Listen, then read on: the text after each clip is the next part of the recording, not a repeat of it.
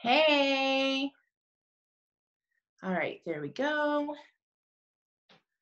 And I think I'm good. Hopefully. Who knows? I suck so bad at technology, it's not even funny. Okay. Hi, Savannah.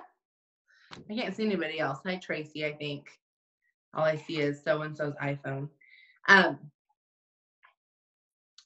so I know a lot of people already texted me and said that they could not get on tonight. They were going to watch the replay. So this is a very interactive one. So it might be me and Savannah talking back and forth. But that is okay. That's why I record them, because I realize 8:30 on a Thursday night, like, how many people are still working? I used to still be working at this time, so I know Janice and Savannah used to, or at least be getting off, because sometimes I'd see y'all on these Zooms, but like at work, because you could see the restaurant in the background. Oh, I can't see that far, so whoever just popped on, hi. My eyes suck so bad. So I'm actually super excited about today's. I didn't even know, just, oh my gosh, like, today's is all like, everything begins and ends with you, and how basically like you kind of set the tone for the people around you. And I did not even like realize how true this was until this week, when my mom has been here for a week and I had not seen her, no joke, for about 3 years. And yeah, Savannah, I just did the same thing and shut my door. Um, so no joke, had not seen her for about 3 years. And the mindset that we grew up with was just not a great one. Like, a lot of like the poverty mindset and the victim mindset, just a lot of not very good mindset. And so, yeah, so I'm just going to tell you a few things that kind of have happened this week that I was beyond excited about, because I have been working on the growth mindset for probably 2 years, like 2 years consistently, but really the last year, like, hardcore doing it. And it was just amazing. Like, I don't even know how to explain this other than, if you are around negative people, like, you'll notice it. You'll notice the stuff that you didn't notice before. Like, for example, when my mom got into town, the first thing that she was like all up in arms about was she did not have a very good bus experience. She just had a pretty crappy driver at one point, just a few things, but she just wanted to call and like complain to them and spend like hours on the phone getting, the ticket was $100 and I paid for it, but she wanted to like call and get a refund, and it would have taken hours. And my mindset was like, I would rather spend those hours doing something than on the phone complaining. Like, my time is worth more than $100. So it's little things like that that you're going to notice when you really get into the growth mindset of different things that matter. When you're in the poverty mindset, or even just the negative mindset, like, money is one of the most important things to you. You will do anything to save a dollar. And I used to be like this. I used to be that extreme couponer that, no joke, would spend hours upon hours every single week to go save $30 at the grocery store. Like, if you even it out, I was paying myself less than $5 an hour to coupon. And I'm not saying anything against that. Like, I get it. You got to pay bills somewhere. But you should get to the point where that annoys the fire out of you, to where you would rather just work your business and make more money, and not spend your time couponing.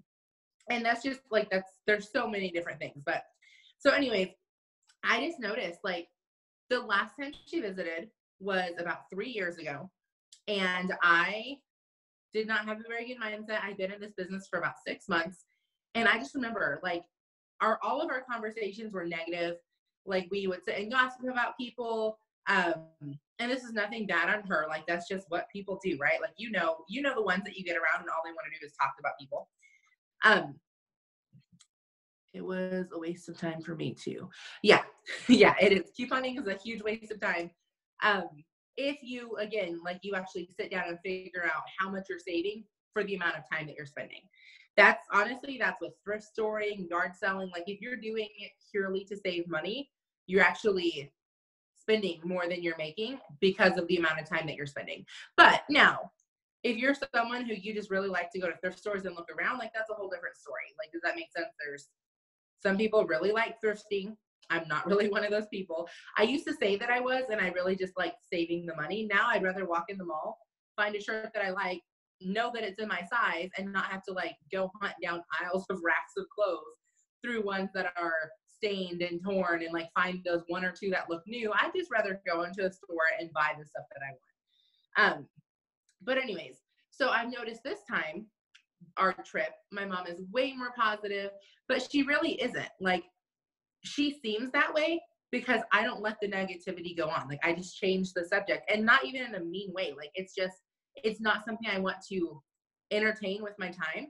So we just move on to something else. And it has been, and Brett has noticed it because him and my mom don't get along very well. And it's not because they don't necessarily like each other. They just have different mindsets. My mom's is a little bit more victim mentality, and that's just, it's been a very long time and lots of things that happened that have gotten her to where she's at. And then my husband doesn't like that at all. So me being the natural drama queen that I am, like, no joke, guys, that's the hardest thing for me not to do, is feed into people's drama. And my mom likes to have drama. So it was just not a good thing getting us together. So this time it's been like so much different, but it's because for the last 2 years, I have not let myself entertain any of that. So it's just natural. Like, something negative comes up, I'm like, oh, okay. And we just go on to something else. Like, we don't sit and dwell on it. So that's what today's is talking about, how basically all changes start within you. And that's if you want more money, more time, you want to be more positive, you want to be healthier. Like, how many times do I hear people say, oh, I can't get healthy because my husband won't eat healthy with me? It's funny because right now my husband and I don't eat very healthy, and we do it together. But when I was eating super healthy, guess who jumped on board and lost 100 pounds? Or no, just kidding. Yeah, he lost a little over 100 pounds. I didn't nag him, but when they see that you do it consistently, because the people that live with you know you way better than anybody else.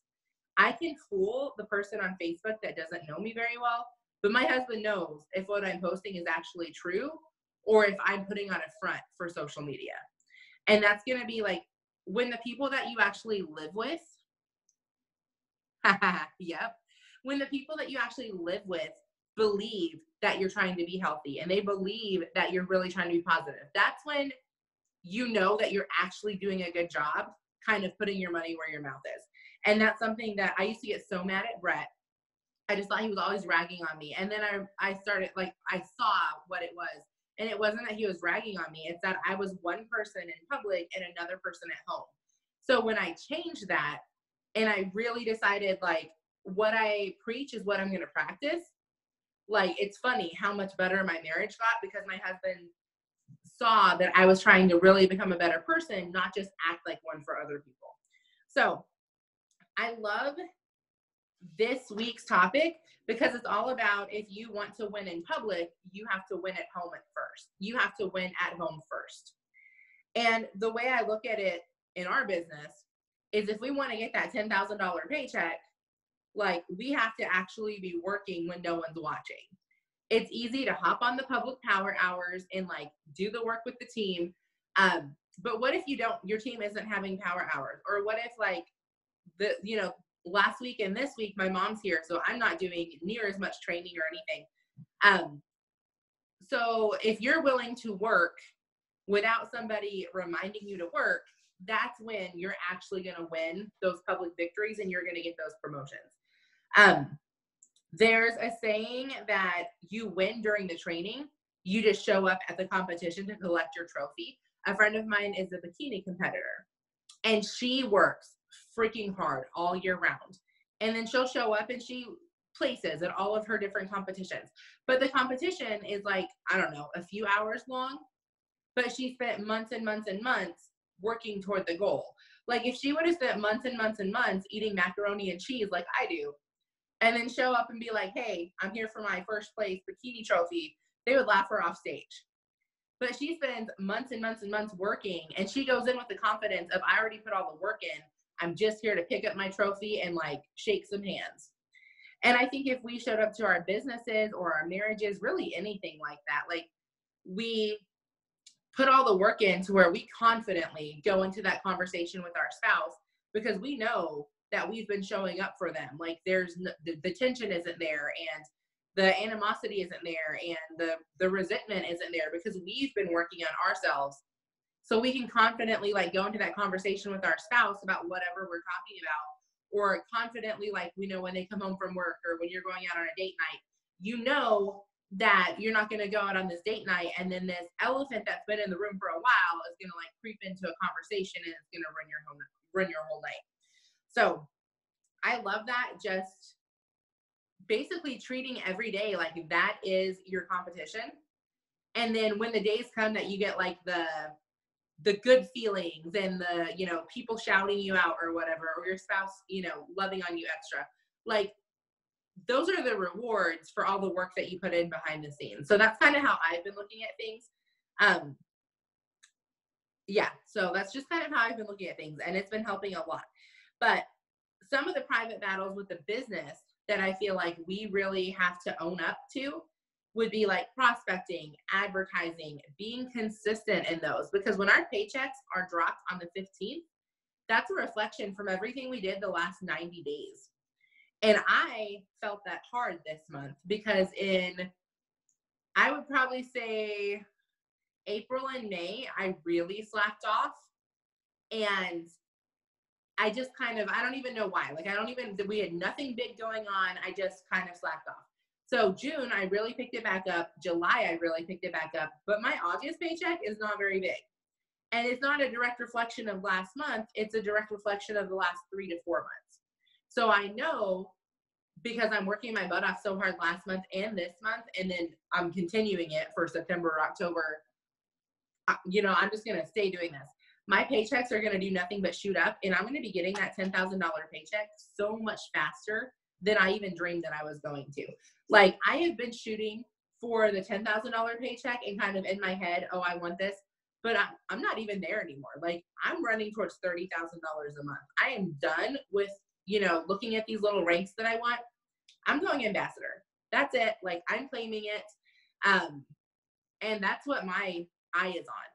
So if I'm getting close to double and triple and presidential, that's awesome, but that is not going to cause me to slow down. Yeah, so one thing that I'm really focusing on, and Savannah and I have talked about this, if you're in the VIP group, we're talking about this the whole month. If you're not, you need to get in there. We cannot control customers that join from any of the ads and the host of posts that we put up. We cannot control volumes. What we can control are those $100 weekly bonuses. We have the means to prospect the right amount of people, to help the right amount of people. Like, I just got an extra $200 bonus today. I know Savannah earned one this week. I don't think it's paid out till next week. And I know you're earning another one, like you're working on another one. I finished another one yesterday that I'll be getting next week. So you cannot control your paycheck to a point, but you can control those $100 bonuses. And I'm just focusing on getting an extra $1,000 bonus every single month. Oh, you did get one today.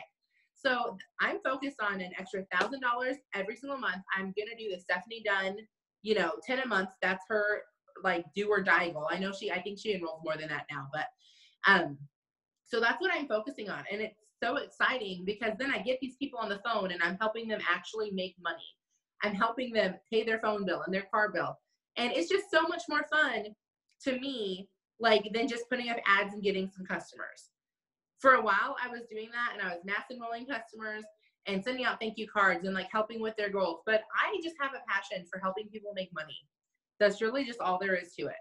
I know, Savannah, you posted the book about You Are a Badass, and I just started the book today, You Are a Badass at Making Money. The first one I read a while ago, yeah, and I have the counterpart to that I started today. And I don't know if you've read that one yet, but it is like, it's like the girl version of the Millionaire Mindset or Success Tips from a Millionaire Mindset or whatever.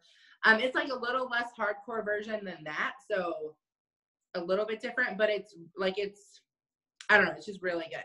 And she said today, we need to take the stigma out of money. Like, saying I love money is looked at as a bad thing, but you can say I love pizza and no one bats an eye.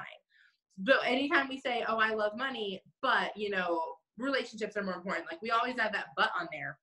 No, you cannot truly be successful and help like the amount of people you want to if you can't pay your own dang rent or pay your own dang mortgage.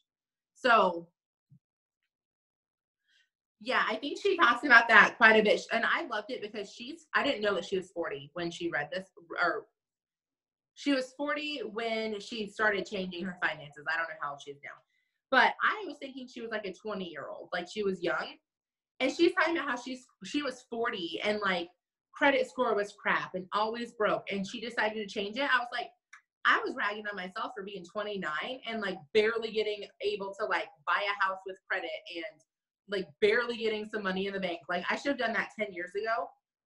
No, I'm like, dang, if she can do it at 40, like I feel like awesome that I'm learning it by 29. And some of y'all by 30, 35, like even if you're, you know, older than that, just really the fact that you can do it anytime that you want to do it.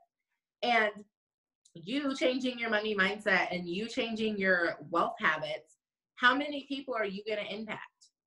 Where at the same time, if you decide that you want to go screw up your credit, get yourself in debt, like you're still impacting people. You may not want to own it, but you are, but you're impacting them negatively. So the first thing it talks about when it talks about the private battles is self-discipline. That is like such a dirty word for me. I just hate even hearing that because I know I don't have a lot of discipline at all. And that's something that I'm consistently working on. So I want to know from everyone on here, what have you done this week to exercise self-discipline? Because when it said that in the book, I was like, dang, I gotta actually think about this. Like, I can tell you what I've done to not exercise discipline. Those of y'all that don't know, my mom's here for 2 weeks. She's been here since Friday morning. So she's coming up tomorrow will be the 1 week that she's been here. So I can tell you I haven't exercised a whole lot of discipline with my sleeping habits. We've been playing board games but I figured that, like, but it still is a discipline. Definitely not my eating habits. I don't even want to tell you what I ate at the fair, like how many different times. Or the fact that as soon as I get off here, probably gonna eat some ice cream and make like a frappuccino. And TV, we've had way more TV time. Yeah, we've had way more TV time than I let myself have ever. But there are some things that I've made myself, and I knew what, like I even told my mom, I was like, there's gonna be times where you can either have like quiet time on your own or you and Glory can have extra time together. Like you definitely don't have to babysit my kid because she does not need that. Like she can entertain herself, but where I'm going to like minimum 2 hours a day of working. Now, sometimes that's good. No, she said she got up at 4:30 and did not take a nap. Sorry guys, I cannot see all of them because I really do have bad eyesight and the light is like shining in my face. But so I have specifically the 3 things that I've done every single day since my mom got here that I told myself I was going to do. My follow-ups every single day because I'm not letting my business fail because like the business is what is paying for my mom to be here right now. Self-development.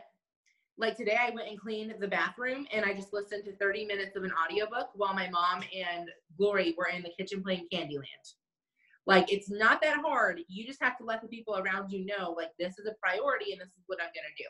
Now, if she was only here for like 3 days or something, it might be different. But guys, she's living with me for 2 weeks. So it does not hurt her for me to go disappear for 30 minutes to be able to like make sure my mindset is right for the rest of the day. And then today, I'm not gonna lie, guys. I did not want to get on this Zoom at like 2:00 this afternoon. I was like, I have a Zoom. Today's Thursday. I need to do that Zoom tonight.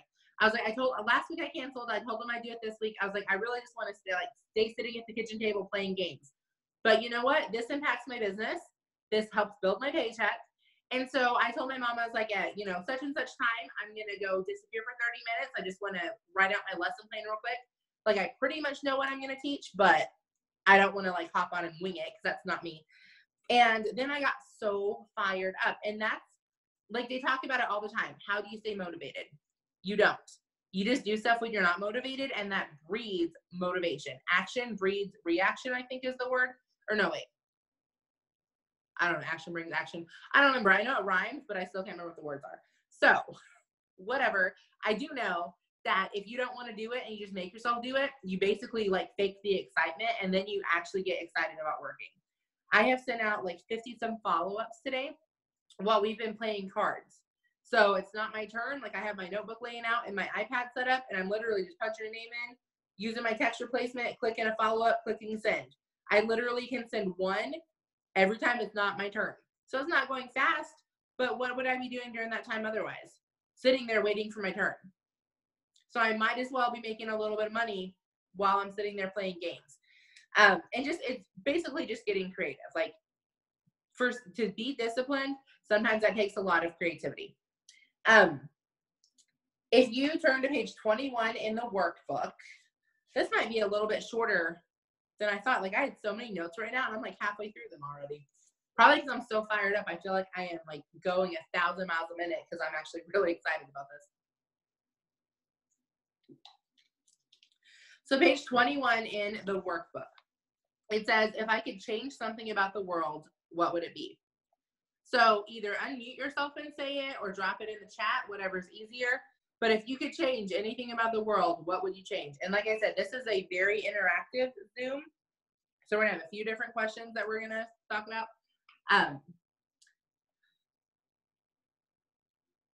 Less negativity.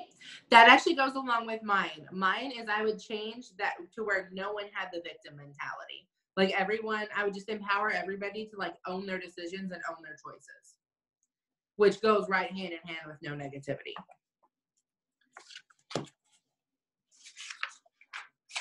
So keep them coming as you think of them. But we're going to go on to the next one. The next one is, if you could change one thing about yourself, what would you change? In the violence. That's a good one. So if you could change one thing about yourself, and she wasn't saying in the violence about herself. No racism. I mean, knowing Savannah, she probably does need it in the violence. She probably beats Eric up quite a bit. That spousal abuse, you know, domestic violence goes both ways. People think it's just the guys. They don't know Savannah. I'm just kidding. Someone's going to like call the dang services on you because I'm saying that. So one thing that you could change about yourself, what I would change is having a bigger influence. Be more positive and upbeat. That's a good one. Now I need to look at the chat because I know I missed a few of these. So one thing you change about the world is people being more understanding of others. That's a good one. Change about yourself, being more positive and upbeat. Better time management. Those are all really good. I would change to have myself a bigger influence, because realistically, like I love my job, absolutely. But the reason that I do this is to gain exposure, because I want to be able to write a book and do TED Talks and like really influence and impact people. Try not to worry and stress less. That is definitely one I need to do too. Time management for myself. So there's several things that we would change about ourselves. And like I said, mine would be just having a bigger influence, which everything that you guys just named, you're in control of. So it's just taking steps to like slowly fix whatever you're wanting to fix. And then the last one is looking inside out. What's a change that would benefit others around you? So something that you could do to yourself that would benefit others. And mine would be a better leader, because like I said, if I want to have influence over people and really impact people, that means I have to be a good leader. And guess what? You can't lead other people if you can't lead yourselves. So what's one thing that you can do today to make a change in yourself to like hit whatever some of those goals are that you were putting in the chat? And mine would just be to be a better leader. And it's so easy to do that, because how many books are out there that like free, and not even just books, but just tons of free resources to be able to learn how to be a better leader, or to be able to learn how to be a better parent or a better spouse. Like there's so many different things that are out there that really there's no excuse. So anytime that I look at something and I'm like, oh man, I just wish I could do that, And I always have to look at myself first and be like, you can, you're just too lazy to do it. Like no joke, every time that I am shopping and I'm like, dang, I wish I was back into this size. Or if I see pictures from college, I have to look at myself and be like, you could be, you just choose not to. So it really, like, it's just, we make choices that impact our lives. You just have to own those choices. Um, so, oh wait, so something that you have to do to impact other people, and basically, like, you have to be able to have high confidence in yourself, love yourself, have high self-esteem. And honestly, usually that makes you a little bit arrogant in certain ways. I used to think that being arrogant was a bad thing. And to a point, like, I mean, I think all of us know that one person that's just like super full of themselves and you can't stand to be around them. But to a point, we need to err on the side of arrogance because we need to have so much confidence in ourselves and our abilities that nobody can tear us down.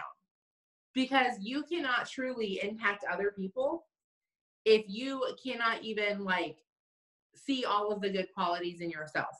So if you turn into the workbook, page 22, it talks about your personal bank account. And I'm going to read through some of these just for the simple fact that I know not everyone listening to this has the book. But it talks about your personal bank account and basically that there are deposits and withdrawals. All right, let me check the chat. Somebody put something in there and I didn't see it.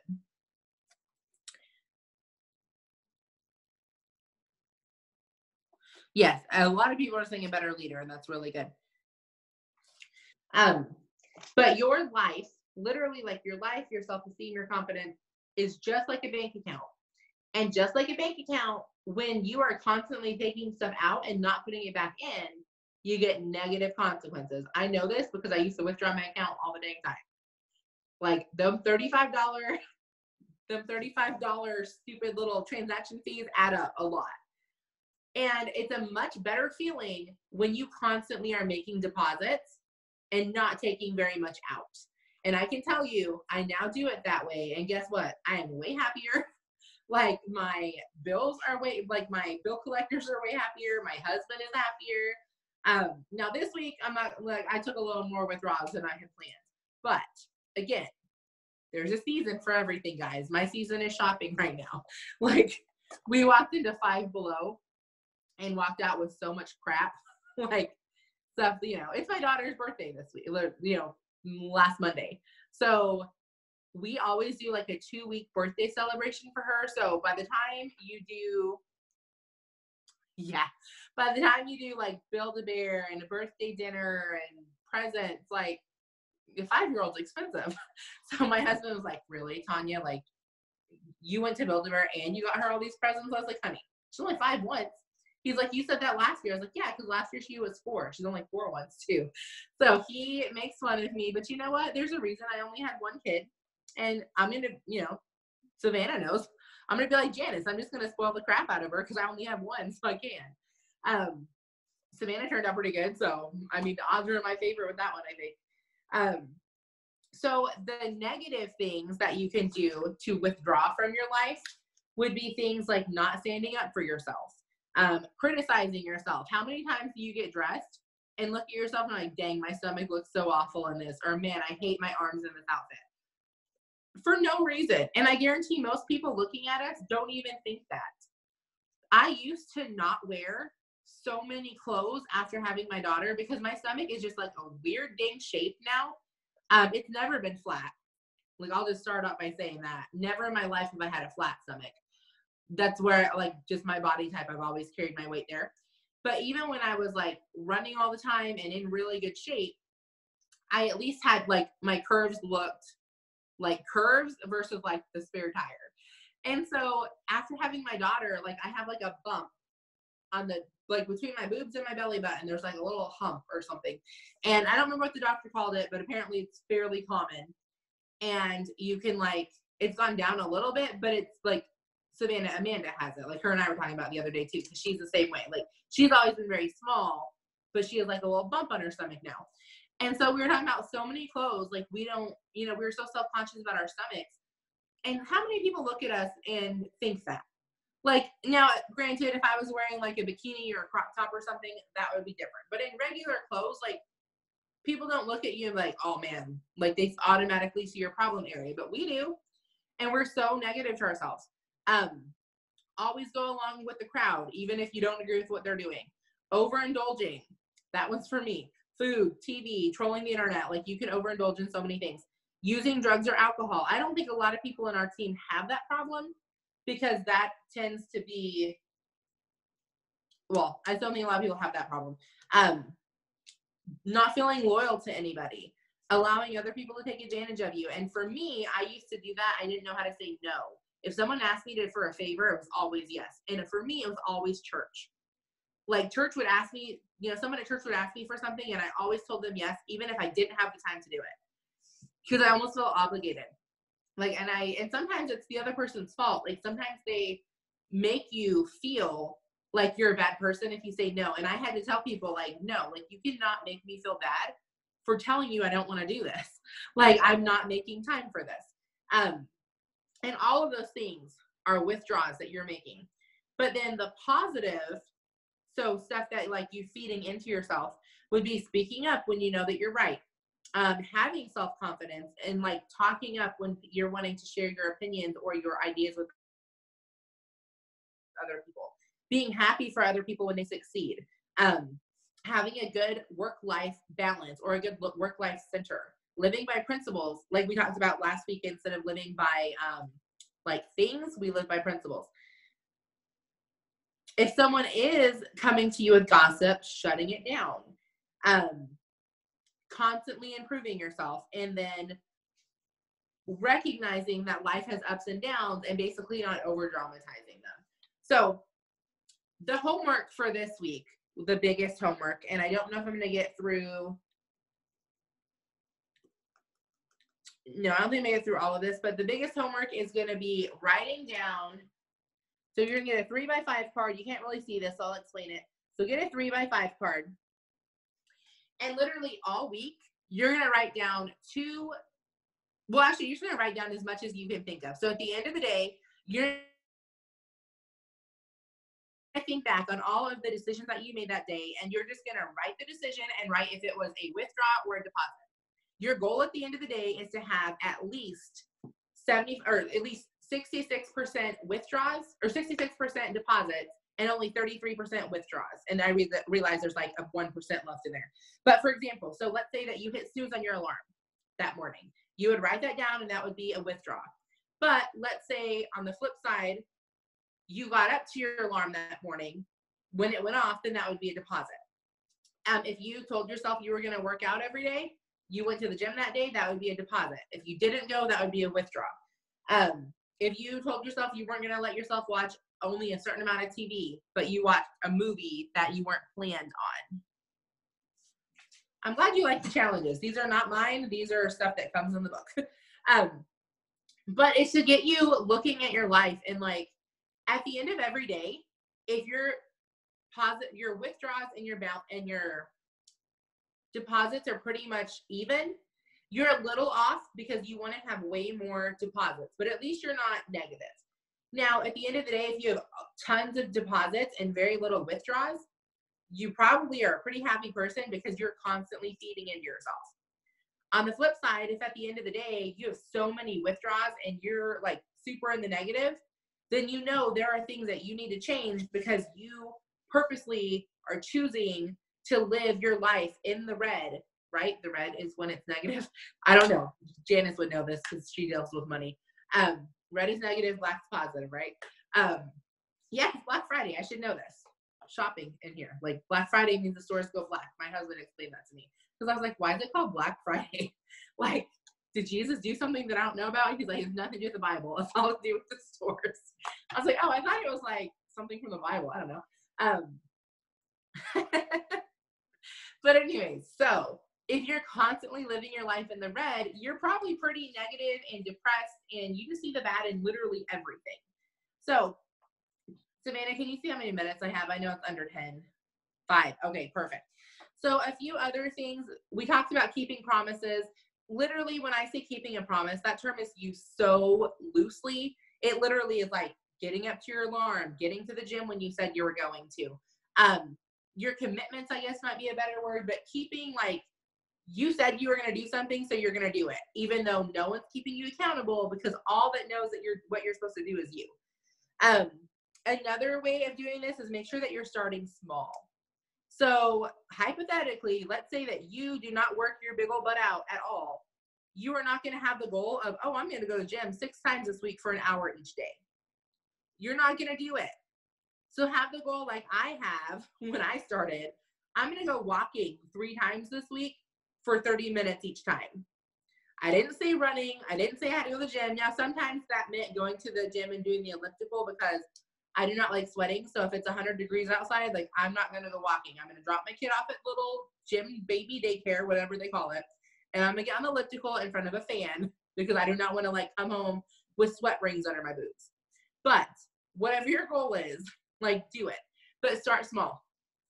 When it comes to work, a huge goal that you can set that's small is keeping track of your actions every day. I didn't used to do this, and I used to think I was getting way more work done than I actually was. So if you currently are not keeping track of how many prospects that you're doing, how many follow-ups, like just how many minutes you're doing in self-development, that should be your first goal, is just consistently tracking all of that every single day. And then the last thing we'll talk about is just doing random acts of kindness for other people. We'll talk more about that next week. We may do the bank account deposit thing twice, like this week and next week. But when I didn't know this. Like, I like to do things for other people. I didn't know that that was actually a deposit in your bank account. So that's something, like, let's say I'm going to use Savannah and Janice because I know they live in the same town. You know, you could go over and, I would say, clean your mom's house, but she pays someone else to do that. So do something small that she normally would do. Like, it doesn't have to be something crazy. So in the flip side, it could be Janice, pays her housekeeper to go over and do your laundry or whatever. But it's something like super small for somebody else. That could be paying for the person behind you in the drive-thru. That could be going and cleaning the church because maybe the person that was going to do it was sick. That could be babysitting a friend's kids for a couple hours so she could have a couple hour of free time. Like, any act of kindness for somebody that you know. And this is different than Wealth Wednesday, so I don't want anyone in Rank Makers to get confused with that. But it's just doing something small and kind for somebody else, and that puts a positive boost in your own bank account. So I hope you guys like this one. I feel like they go fast. They go so fast. I get fired up, and it's just like 45 minutes is gone. So I hope you guys like this one, and I will talk to you guys next week. Bye.